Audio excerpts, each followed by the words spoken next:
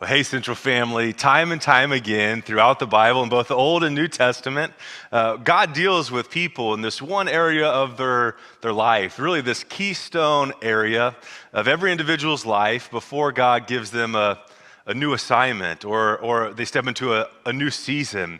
And this keystone area of their lives is their view of themselves.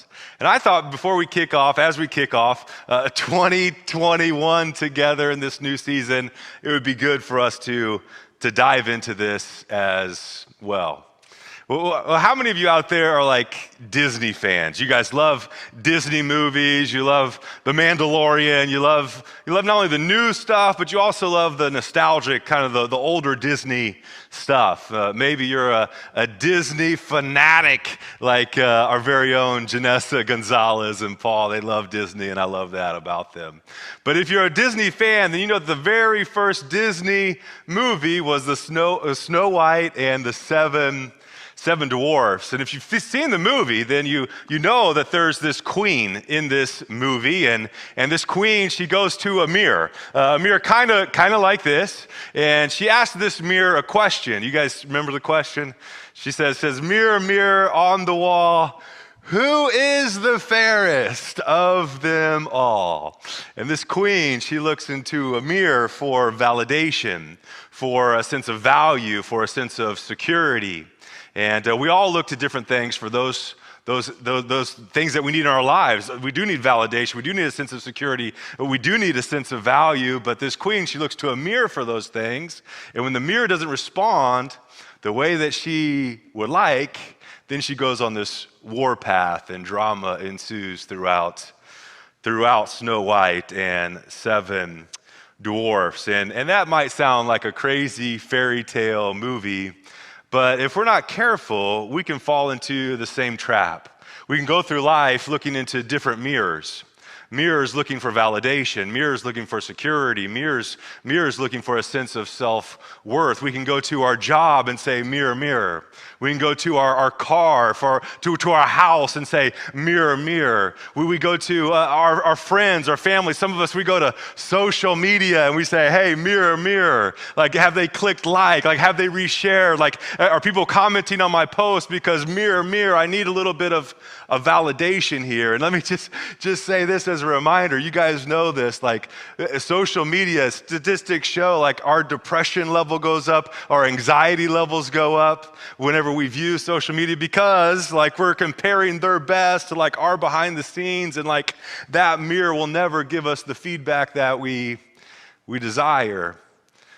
We go to our careers, we go to our possessions, we go to our prestige, and we say, "Mirror, mirror." And we're asking the right question, but we're just looking at the wrong place oftentimes. And in 2021, I just want to invite us as we kick off this year, let's look into allow God's mirror to define us. Let's allow what God says is true of you, is true of me, to define who we are, and to anchor ourselves, to anchor our security in Him. Well, in preparation for this message, I read quite a bit of what psychologists and doctors say are at the root cause of some of our deepest insecurities. And the first is this, that we look into the mirror of failure and rejection. And when you look into this mirror of failure and rejection throughout your life, here's the statement you begin to say, whether consciously or subconsciously. We say, "I am what I did." We allow our past experience, things that we did or things that happened to us, to define us. And we just anchor ourselves in this sense of failure and rejection. We feel like, you know what, I am what I did.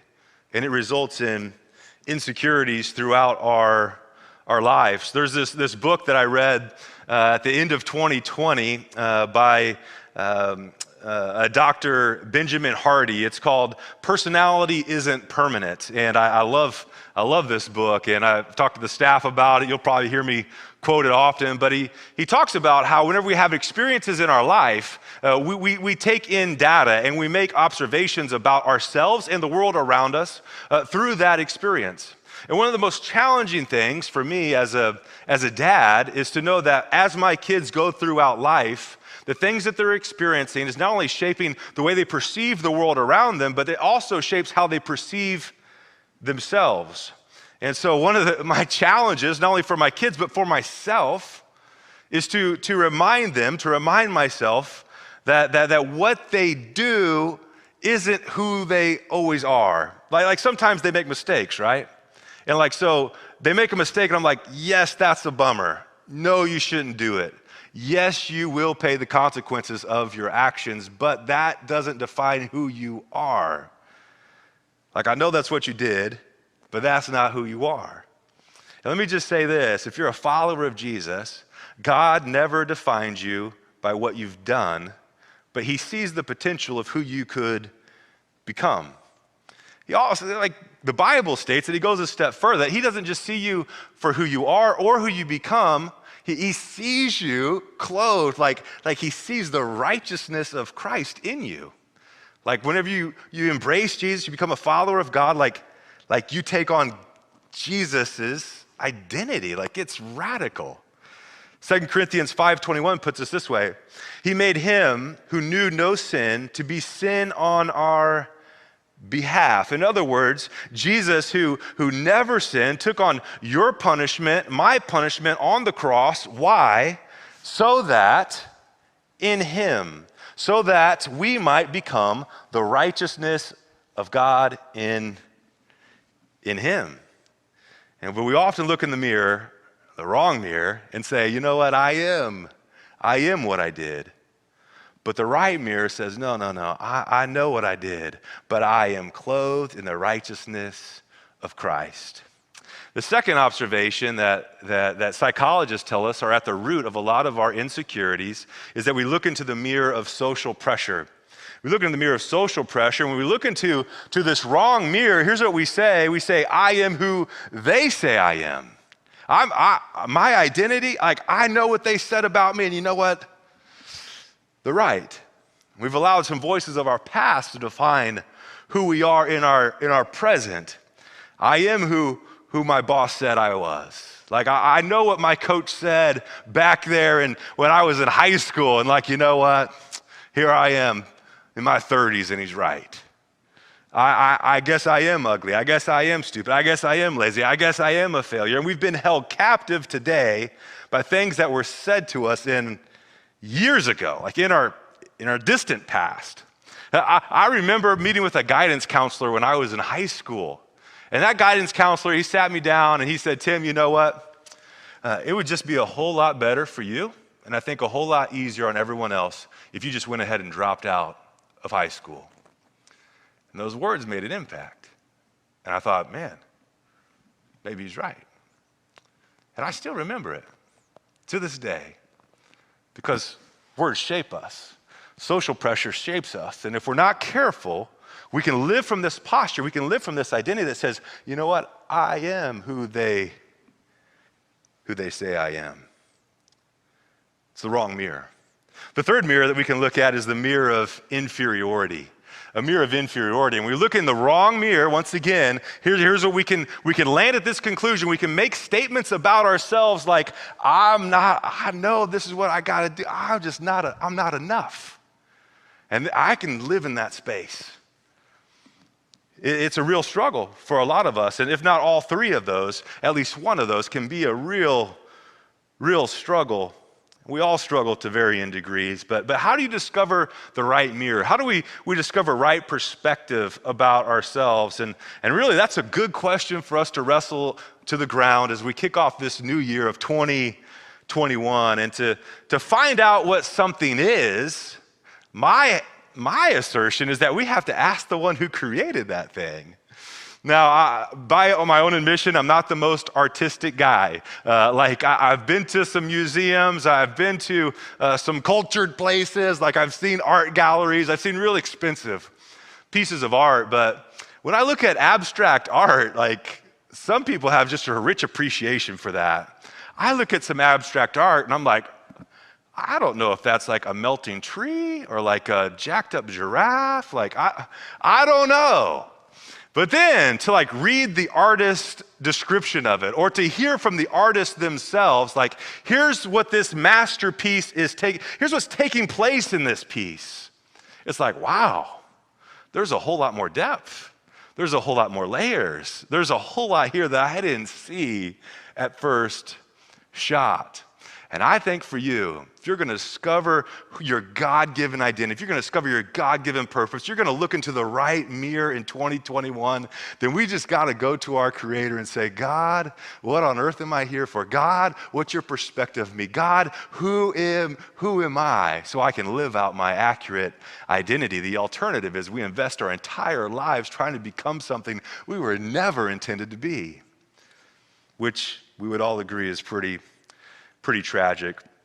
In the book of James, in James chapter 1, verse 23 through 25, I love the book of James. It's known as the Proverbs of the New Testament. And for that reason, in just a couple weeks, we're going to kick off a new series studying the book of James. We're going to go verse by verse through the entire book, and it's going to lead us virtually all the way up till Easter. And James, he's writing this letter to this church that's not able to gather. His opening statement is to the 12 tribes scattered among the nations. And I just felt like, man, that's where we are. And we're not the first ones to experience this. So what does God's word say to a scattered church? And we're going to dive into that in 2021. And I'm excited for that series coming up. But in James chapter 1, verse 23 through 25, here's what he says. He says, anyone who listens to the word. And that's what we're doing. That's what you're doing right here today. When we gather together on Sundays, like we're gathered together to listen to the word, to receive the word. But anyone who listens to the word but does not do what it says is like someone who looks at his face in a mirror. And after looking at himself, he goes away and he immediately forgets what he looks like. But whoever looks intently, and that's what I just want to ask you to do this year. Let's not just look, let's look intently. Have you ever been in a place where you're like, I just need God. Like I need God. I don't just need to meet with him a little bit. Like, God, if you don't show up, I'm in big trouble. Like, God, I'm desperate for you. In those moments, you were looking intently. You're leaning in. It's not just a passive process, but you're actively seeking. I want to just ask you, as we kick off 2021, would all of us in the Central family take this posture of intently looking into God's word, to seeking God? And we're kicking off this kind of a radical 21 days of prayer and fasting just to go after God, because God, more than just passively pursuing you, we want to intently go after you. And here's what it says, but if you do that, whoever looks intently into the perfect law that gives freedom. And here's the deal. There are some mirrors that lead to bondage and captivity, but God's word can be a mirror that leads to your freedom in 2021. But we're going to look into this perfect law that gives freedom, and we're going to continue in it, not forgetting what they heard, but doing it. They will be the type of people who are blessed in what they do. And that's my hope for you in this year, 2021. We're going to look to his word. We're not just going to hear it, but we're going to do it, and things are going to change. And we're going to start right here, right now, today. Today we're going to look at Moses, and Moses had some mirrors that he looked at that were kind of at the root cause of his insecurity. Now, like Moses and all of us, there were very good reasons for Moses' insecurity. And if you're not familiar with the story of Moses was this baby that was born in Egypt. He was a Hebrew. They were slaves in Egypt serving this ruler named Pharaoh, and they were getting so powerful that Pharaoh says, hey, you know what? The Hebrews are getting too powerful. We got to kill all the boys. We're going to let the girls live, but the boys, they got to go. And so in effort to save Moses' life, Moses' mom puts him in a basket and floats him down the Nile River. Lo and behold, he is found by Pharaoh's daughter and raised in the palace of Pharaoh. Raised with prestige, great education, extraordinary wealth. He had power, he had prowess. But all the wealth of Egypt wasn't enough to satisfy Moses. And I'm just saying, for some of you watching this today, perhaps you're in the same spot. You got everything that money can buy, but you're still searching for something. Let me just tell you, it's only found in knowing your identity, and knowing your identity is only found in knowing your Creator. So Moses, he's conflicted because he's like, hey, you know what? I know I'm a Hebrew, but I'm living in this palace of an Egyptian king, and I know I got to do something to help my people. And so he sees this Egyptian slave master like beating a Hebrew slave, and he says, you know what? That's not right.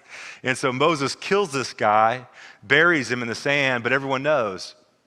Pharaoh finds out, and so Moses, he goes and he runs for his life, and that's where we pick it up in our story today. Moses is an 80-year-old man looking after sheep, living the life of a nomad when God calls him, and he addresses some insecurities in Moses's life. And my hunch is that perhaps you, perhaps myself, perhaps all of us, to varying degrees, struggle with all four or maybe just one of these insecurities that Moses dealt with as well.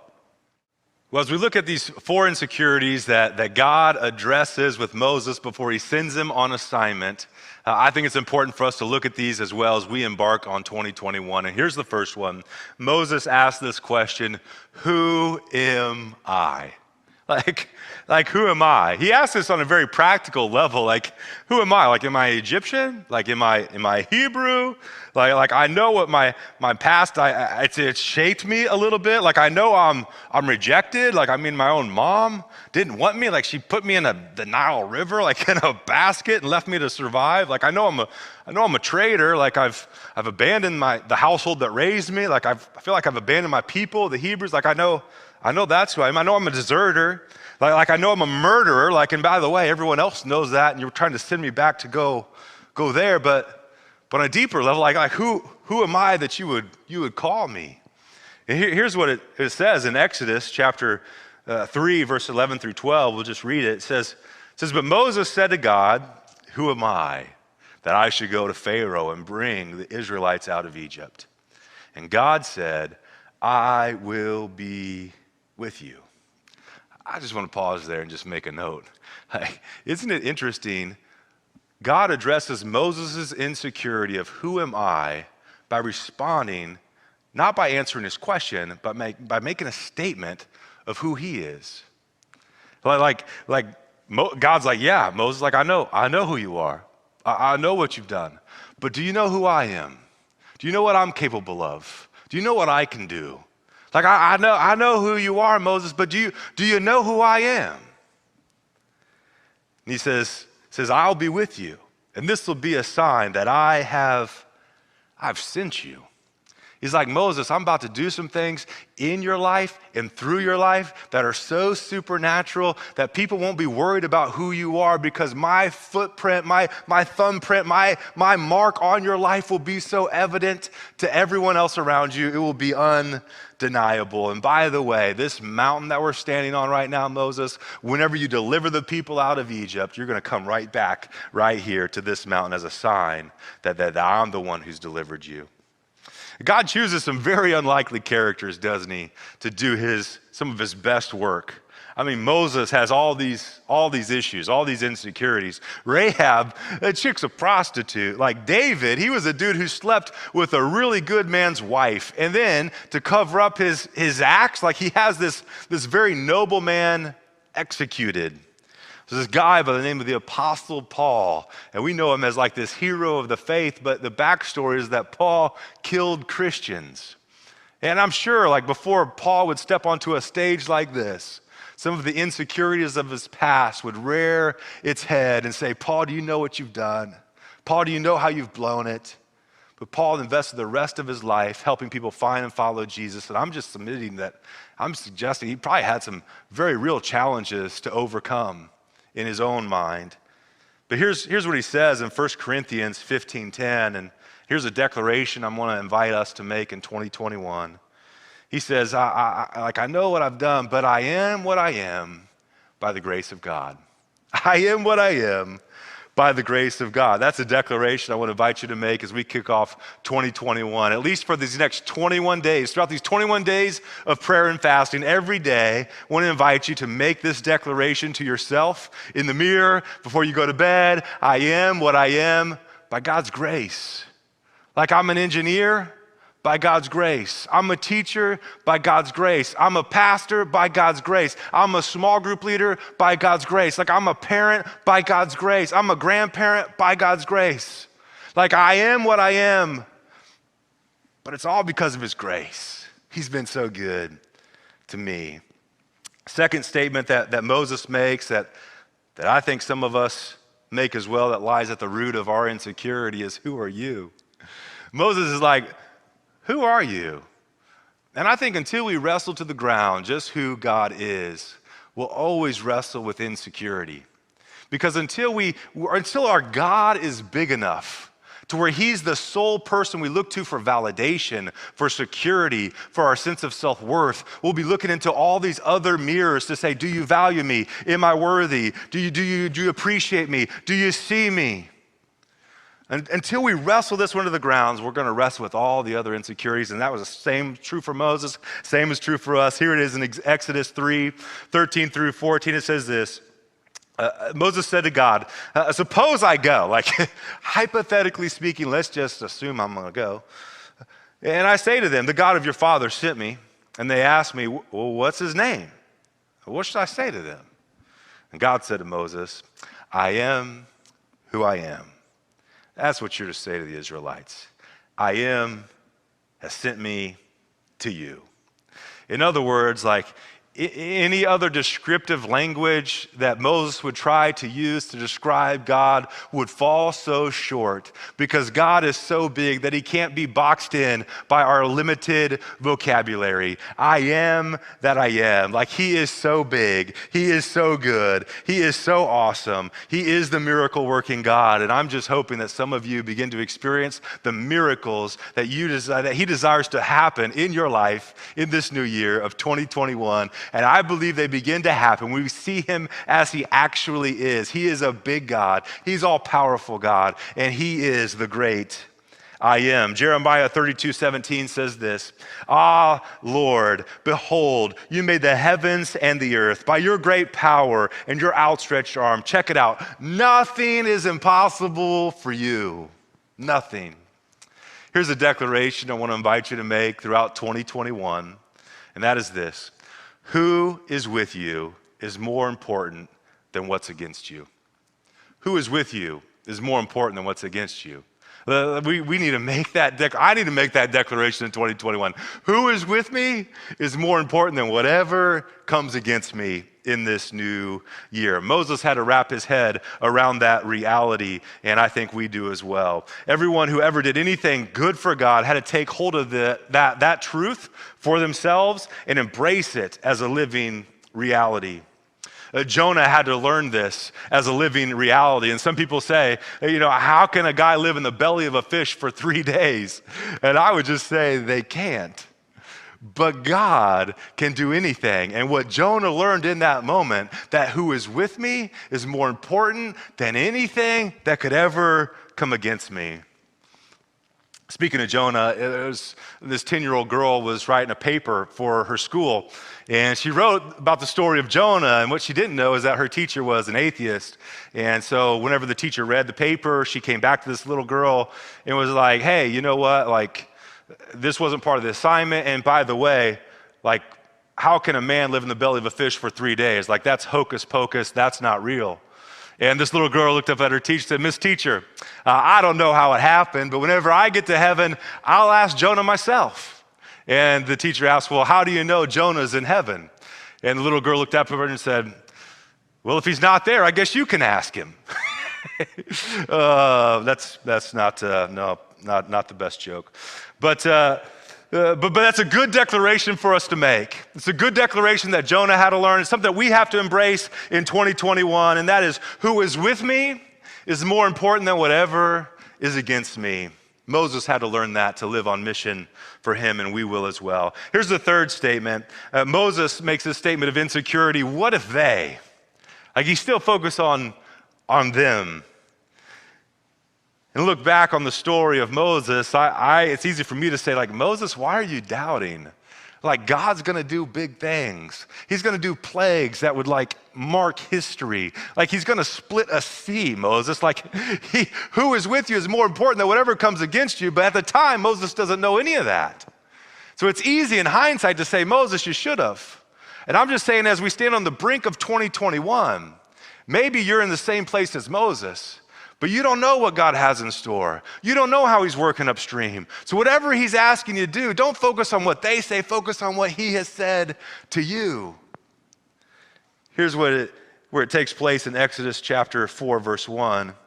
Moses said, what if they don't believe me or listen to me and what I say? And they say, did the Lord really appear to you? Like, what if they? And he's still living out from this insecurity of fearing what other people are going to think.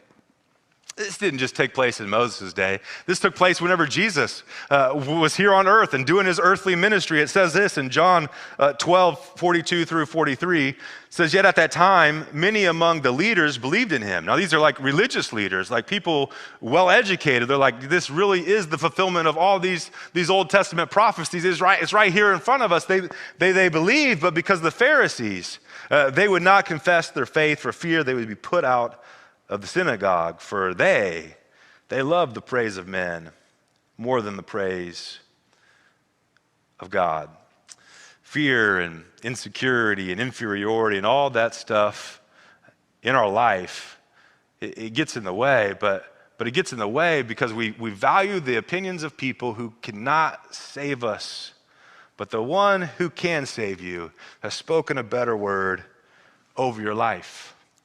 And Paul, he had to wrap his head around that, and that's why he makes this declaration in Romans 1:16. I'm inviting you to make this same declaration in your life in 2021. And here's what Paul said.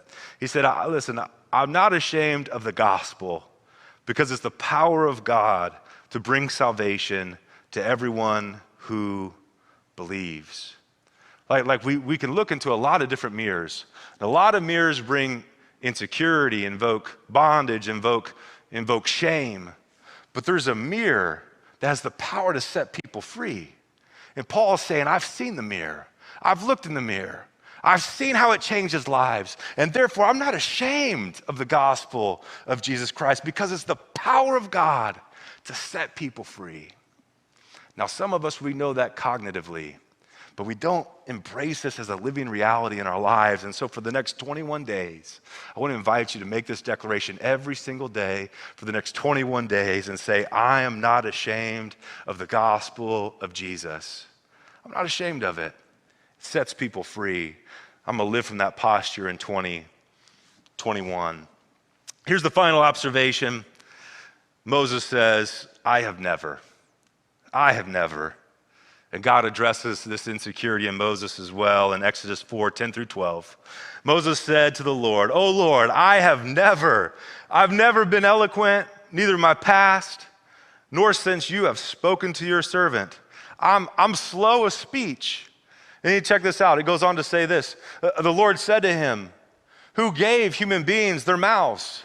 Who makes them deaf and mute? Who gives them sight and makes them blind? Is it not I, the Lord? Now, go, I will help you speak, and we'll teach you what you should say." Check it out. But Moses said, "Pardon your servant, Lord. Can you please send someone else?" And so often we look back at the story of Moses, we're like, Moses, do you know what God's gonna do? But as we stand on the brink of 2021 and God might be speaking some things to you about what he wants you to do this year, and you're like, I can't do that. Like, can you please send someone else? Like, I know small groups are starting, and I know we need more group leaders to help more people find and follow Jesus, but can you pardon your servant, Lord? And can you please send someone else? We negate, we disqualify ourselves before we ever get started. For me, I never thought I would be here. Throughout my high school years, like I would literally pay people when we were doing a social studies presentation or a science presentation. Anytime I had to stand up and do this drove me crazy. I would get so scared. I would get so anxious about it. And I would say, can anybody else do this? I got cash. And I would literally pay people. But I would never know the blessing of God if I didn't set aside some fears and say, God, I don't think you got the right guy. But God, I'm willing because you said so. This is one of the most life-giving assignments I've ever had in my life. But if I allowed my insecurities to override the call of God on my life, I'd have missed out on this blessing. And I'm just saying, what are some things that God's putting on your heart that maybe scare you? What are some things that maybe you've disqualified yourself before you've ever gotten started? And you make the same statement that Moses said, well, I've never done that. And just because you've never done it doesn't mean 2021 isn't the year that God's asking you to step into it. Philippians 4:13 says this, I can do all things through Christ who strengthens me. Now this gets misquoted, gets pulled and thrown around in a lot of different venues. But the sentiment is true. Listen, if he can create the moon and the stars, surely he can help you lead a small group. Listen, if he can help you, if he can do what he's done, we've seen it happen time and time again in the lives of other people, his power demonstrated in creation. If he can do those things, surely he can, whatever he's put on your heart, listen, he's bigger, he's able. I know you maybe have never, but God can show himself strong on your behalf. Here's the final declaration I want us to make throughout January of 2021. For these next 21 days, I can do all things through Christ who strengthens me. I can do it. Now, as a matter of fact, maybe you say, you know what, God, I've never done that. I don't think I can do that. And maybe you're right. But listen, God can. And he desires to use people like you to do some of his most profound work. So here's the 4 declarations I want to invite you to make as we kick off 2021. Throughout these 21 days of prayer and fasting, here's these 4 declarations. Number 1, I am who I am by the grace of God. Like, God, I know I might not deserve it. I know I've done some stupid things, but God, I am who I am. It's your grace. I'm not going to forget that this year. Second declaration, who is with me is more important than what is against me. 2020 threw some crazy stuff at us, but look at you, you're still standing. You're still here, you're still marching. And listen, who is with you is more important than what comes against you this year in 2021. The third declaration, I'm not ashamed of the gospel of Jesus. There's a lot of mirrors that lead to captivity. There's a mirror that leads to freedom, and it's the gospel of Jesus Christ. And we will not be people who hold back or cower in fear any longer. We're going to step up with Paul and say, you know what, I'm not ashamed. I'm going to hit share. I'm going to send the invite because I'm not ashamed. And the fourth declaration, I can do all things through Christ who strengthens me. Right there, wherever you are, I want to invite you to bow your head, close your eyes, and just open up your hands like you're about to receive a gift. We're going to pray. Well, God, as we kick off this new year, we just want to commit ourselves afresh to you. Some people have been following you their whole life. They just need a fresh start and a new beginning. Some people, this is their first time tuning in to Central Online or any church service in their whole life, and they need a fresh start and a new beginning. And God, I pray that you would help us to start 2021 by viewing ourselves the way that you see us, Jesus. That you would set us free from limiting beliefs, from things that have held us back for years, from lies we've embraced as truth. So Jesus, as you see your church, your kids with their hands open, God, I pray you'd pour out your spirit, provide fresh perspective, fresh view of themselves, fresh view of their circumstances, fresh power, and God, your presence to remind them that you're with us, that who is with us is more important than anything that could ever be against us. And God, as we kick off these 21 days of prayer and fasting, Jesus, I pray you provide breakthrough. God, in ways that we never thought possible, in areas of our life where we never thought we could be free. God, would you set the captives free afresh today? God, we're going to submit to you. We're going to go all into you. God, we're not going to hold back. We're going to look intently. And God, we're believing you're going to show up big.